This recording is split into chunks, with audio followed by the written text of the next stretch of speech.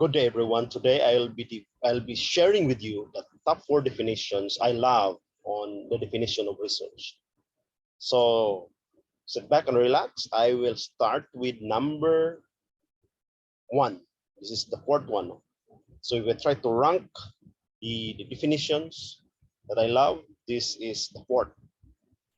So a systematic inquiry, an inquiry that is characterized by a certain amount of rigor and governed by a set of principles and guidelines for procedures. This is by Hitchcock and Hughes 1989 and Prado et al. 2011. Guys, when it is systematic, it must be planned. It must be organized. It must be well arranged. And you have to follow certain steps from step 1 till the end. That is what it means by systematic. So when you say systematic inquiry, there is really a certain plan that you have to comply, and it is characterized with a certain amount of rigor. When you say rigor, you have to work it out that you have to minimize the number of error up to the most acceptable number of error that you can accept. You have to do it flawlessly. You have to refuse erring just to when you do research. You have to make sure that what you've done complies the principles and guidelines for the procedures of research. And you cannot get away with this. So research is governed with principles and guidelines that you have to follow, or else that could not be research. Next one, number 3. Research is a systematic and objective analysis and recording of controlled observations that may lead to the development of generalizations, principles, or theories resulting in the prediction and possibly the ultimate control of events. This is according to Best and Kahn 1998 and Prado et al. 2011. Again, systematic. It is planned and it is objective. It is quantifiable. You can determine really what you're analyzing into. You can point it out. It is not just it comes to your head, but it is quantifiable. And it must be recorded of controlled observations. Observations that you have the ability to do something with it. Okay, and an observation that you can manipulate, that could lead to the development of generalizations, principles, and theories, resulting in the prediction and possibly the ultimate control of events. So you see, your research, okay, will lead to something. If it is not generalizations, it could be principles or theories that you could predict what will be the certain outcome from this particular population out from the sample you get.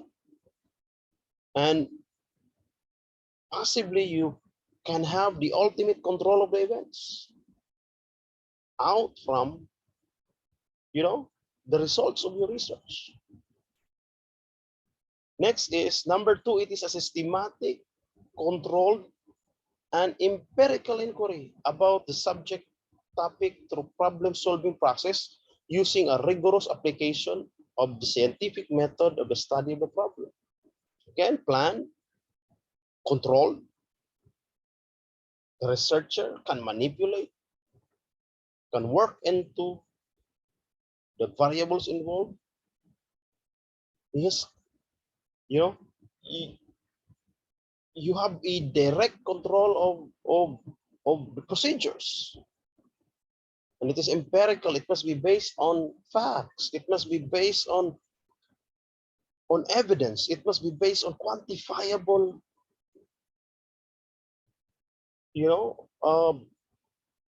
data. It is not just what comes to your head, but it must be empirical. It must be subject to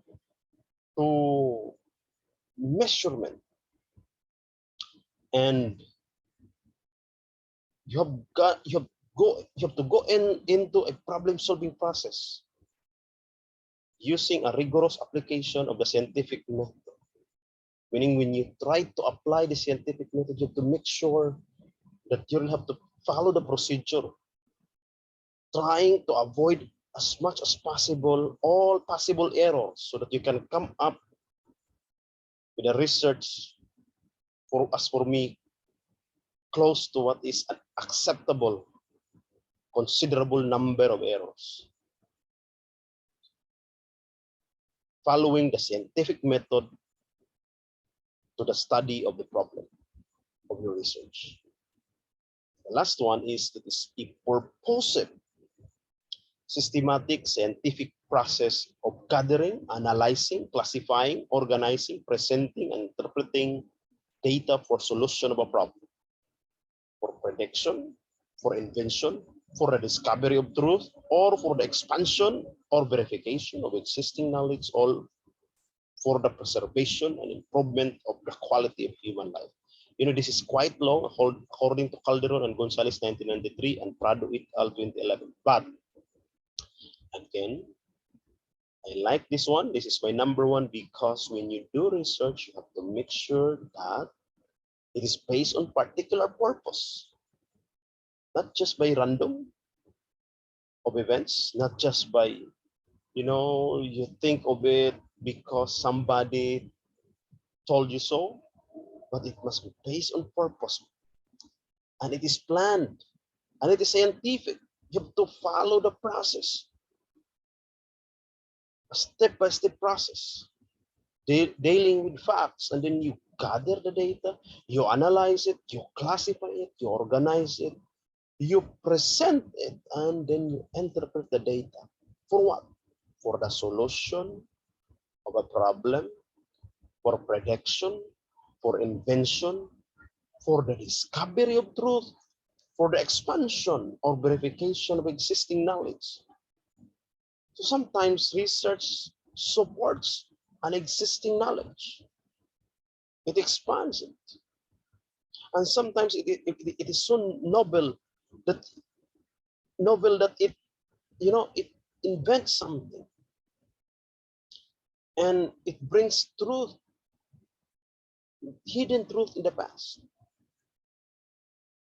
And sometimes it brings solution of our basic problems in life. And many of the solutions we have in our daily problems in life are taken out from researches. And lastly, for the preservation and improvement of the quality of human life.